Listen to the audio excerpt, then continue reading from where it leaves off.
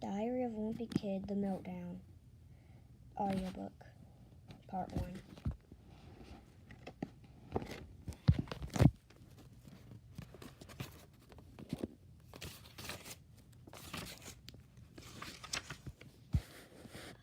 Everybody in my neighborhood is outside today, enjoying the warm weather and the sunshine.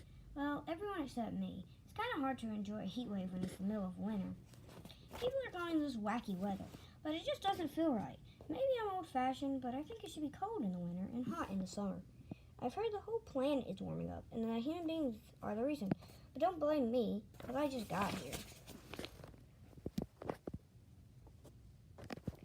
If the world is getting hotter, I just hope it doesn't happen too fast. Because if things keep up at this rate, I'll be riding a camel to high school. They say that the ice caps are melting and the sea is rising. So I've been trying to convince Mom and Dad to buy a house higher up on our hill. But they just don't seem all that concerned. It kind of makes me nervous that I'm the only one in my family worried about this stuff. Because if we don't do something about the situation soon, we're going to wish we did. It's not just about the rising sea levels I'm nervous about. Those ice caps have been around for millions of years, and there could be things buried inside of them that should stay that way. I saw a movie about a caveman who got frozen in ice, and when it melted thousands of years later, he was still alive. I don't know what kind of thing could actually happen in real life, but if there are unfrozen cavemen walking around these days, the night janitor at my school might be one of them. If we do figure out a way out of this climate mess, it's probably going to be someone from my generation who solves it. That's why I'm always nice to the smart kids, because they're the ones who are going to save our butts. Whatever the answer is, I guarantee you technology is going to be the key. Grown-ups are always saying that too much technology is bad for kids, but I say the more the better. In fact, as soon as I can afford one of those high-tech toilets that learn all your habits, I'm going to get the most expensive model.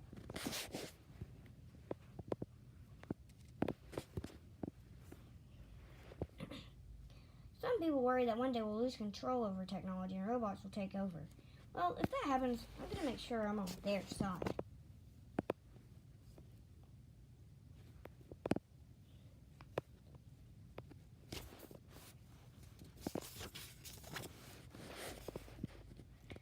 I've actually been preparing for when the robots take over, because when robots take over by sucking up to appliances in my house. So when there's a giant robot-human war in the future, I'll be patting myself on the back for thinking ahead. My brother Roderick says that in the future, people will have robot body parts, and we'll all be cyborgs. Well, I hope I just don't have to wait too long for that, because if I could buy myself a pair of robot legs, I could get an extra hours sleep each morning. I guess we don't really know what's going to happen in the future, and you could drive yourself crazy worrying about it. Even if we solve all the problems we have right now, some new thing will come along, and then we'll have to deal with that. I've read that's what happened with the dinosaurs. They were riding high for a couple 100 million years, then an asteroid came and wiped them out. What's really crazy is that cockroaches were around back then, and somehow they survived. And they're probably going to be here long after we're gone, too. Personally, I think cockroaches are disgusting, but they must be doing something right. Speaking of survival, right now, I'm just trying to get through middle school. And the last few days haven't been all that great. Even though it's warm outside, the thermostat still thinks it's winter. So the furnace is on full blast all day, which makes it hard to concentrate in class.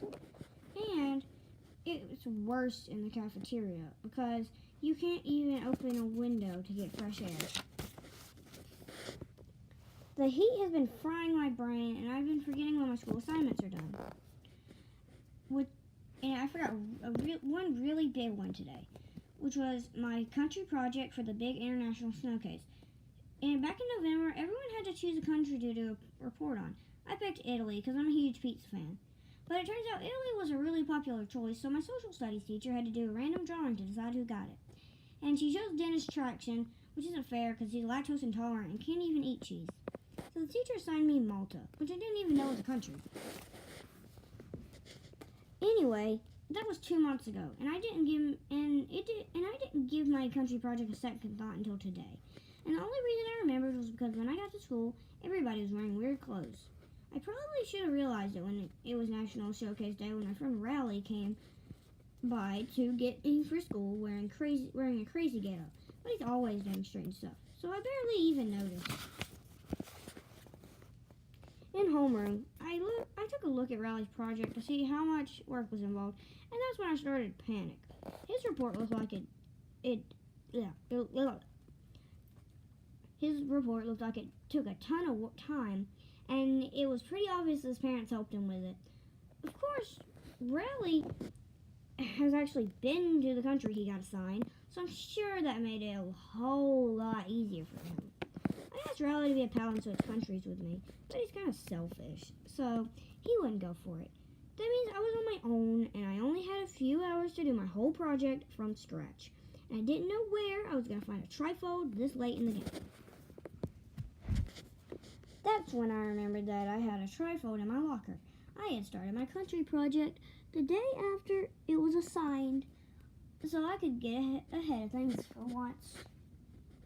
But when I pulled it out to see how far I'd gotten, I was pretty disappointed. This project was 50% of my social studies grade, so I was pretty desperate. But I tried getting help from my classmates, but that just reminded me I need to get some smarter friends. Hey, baby.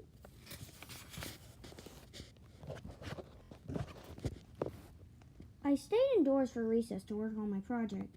I didn't have time to go down to the library for research, so I had... Hello. Hi, baby cat. Hi, Jaden. That's my cat, Jaden. Jaden. Say cheese. Good girl. I didn't have time to go down to the library for research, so I had to do a lot of guessing.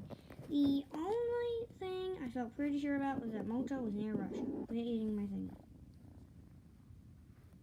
Good girl. But I was pretty shaky on everything else. Once I finished filling out my trifold, I started working on the other stuff. We were supposed to wear our country's traditional dress for the international showcase, so on the way to lunch, I picked out some clothes from the lost and found inside the box. Luckily, there were a few decent items in the box, and I put together an outfit that looked pretty convincing. Everyone was supposed to bring in a traditional meal, too. At lunch, I bought as many items as I could afford, and threw something together that seemed like it might have come from another country. The International Showcase was during the last period. When I set up my project in the gym, I was actually feeling pretty good about things. But I wish I had gotten assigned a country where they wore lighter clothes, because the furnace was still in full blast. The heat was getting to some other kids too, and tempers were starting to flare. At one point, Brazil and Bulgaria got in a fight over table space, and a teacher had to come break it up. Kids came in from the elementary school to check out our projects and ask questions, but all I had to do to get them to move along was to pretend I only spoke motifs. How many people are in your country? Queh. After that, the parents started to arrive. Luckily, mine didn't come because Dad was at work and Mom was out of college. But some kid in my grade has a mom and dad who are actually from Malta, which was really bad luck for me. I thought they were going to report me to my teacher, and I was ready to make a run for it. But then something happens that got me off the hook. This fight started between Brazil and Bulgaria, flared back up, and spilled over to the C and D countries. And before long, the whole gym was at war. Luckily, the bell rang, and school got dismissed before anyone got seriously hurt. But the whole situation doesn't exactly give me a lot of hope for world peace. Well, I thought I was in the clear, but I was wrong. My social studies teacher sent a note to my mom, sent a note home to my parents, that said I had to do my international showcase again. So Mom said I can't watch TV or play video games until I finish. I figure I can probably get this done by Saturday, but it won't matter anyway. That's because Mom is making me and my brothers have screen-free weekends. Mom thinks us kids are addicted to electronics, and they're the reason we misbehave. So she started this new policy where we're not allowed to use any electronics on Saturdays and Sundays, and we have to find other ways to entertain ourselves. What really stinks is that when Mom catches us behaving on the screen for weekends, she thinks it's proof that they're working. So, lately, me and Roger have been remembering to misbehave on Saturdays and Sundays so Mom doesn't think her no electronics policy is working. And Manny joins in too, because I guess he likes to do whatever his big brother's doing. Mom says kids these days don't know how to interact with one another, because we're always staring at our screens. So she's been working with me and Roger on our social skills. Excuse me, Jaden. Excuse me. Thank you. One thing Mom's always trying to get... Ow. Why are you eating me? That hurts. Jaden. Okay. So, the one thing Mom's trying to do is get her looking her in the eye when I'm talking to her. Excuse me, I need that area.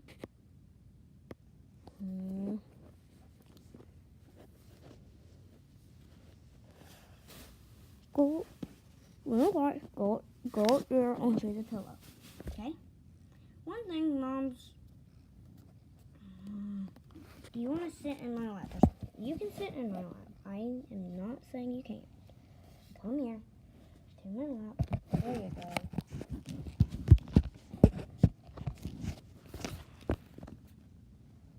One thing Mom's always trying to get me to do is to look her in the eye when I'm talking to her.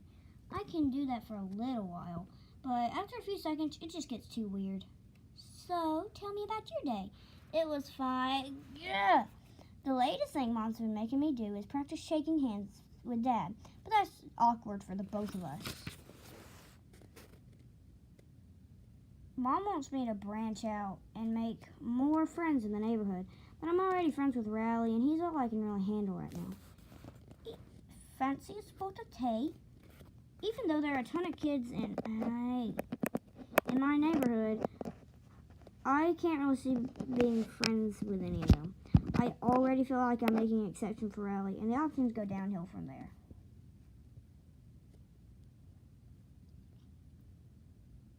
Excuse me.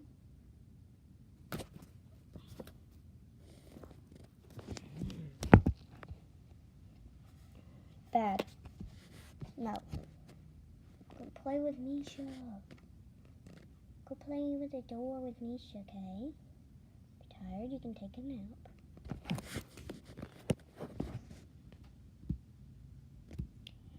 I already feel like I'm making an exception for a Rally, and the options go downhill from there. Our house is halfway up 30th Street, and Riley's house is near the top. Sometimes it's a pain to even go see him, because I have to pass by Fregley's house. And 9 times out of 10, Fregley is hanging out in his front yard. Bet I can find your tickle spot. Across the street from Fregley is Jacob Hoff, but he almost never comes outside because his parents are always making him practice the clarinet. And on either side of Jacob are Ernesto Gutierrez and Gabriel Johns, who are in my grade. Ernesto and Gabriel are nice kids and all, but they both have bad breaths, so those two are perfect for each other. And that's all for today, folks. Hey.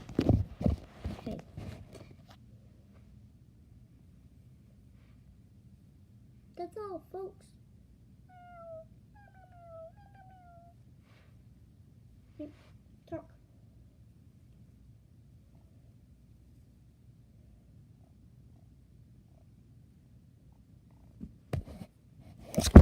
Say bye, Keiko. Bye, Jay. Goodbye. Goodbye.